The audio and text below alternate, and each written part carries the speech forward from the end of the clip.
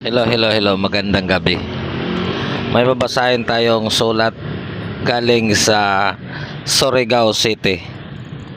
Ang sender nito, si Milene, 47 years old.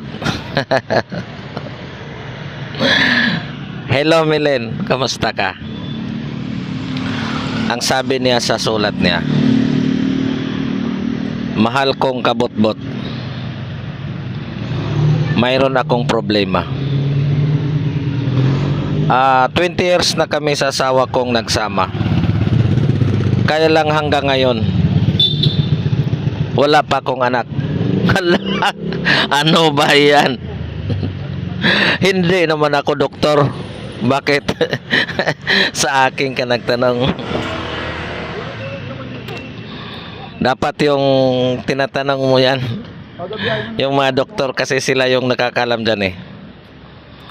Pero dahil followers kita, Milene, at saka dyan ako nag-aral ng grade 1 sa Surigao City noong 1982. Kaya shout out sa inyo.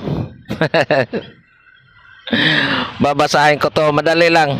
Nasa iyo kung maniwala ka, kasi itong ano natin, ito yung payo nga kabot-bot.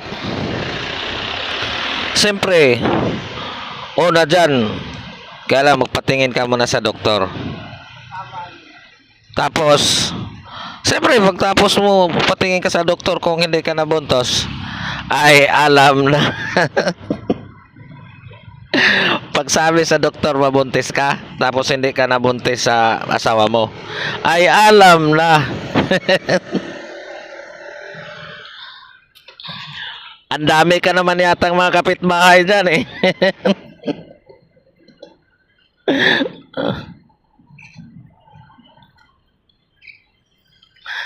Siguradong di ka mawala ng kapitbahay dyan, Milene.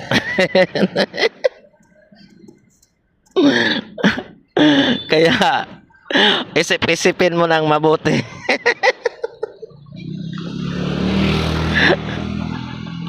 Baka wala sa asawa mo, nasa kapitbahay mo lang.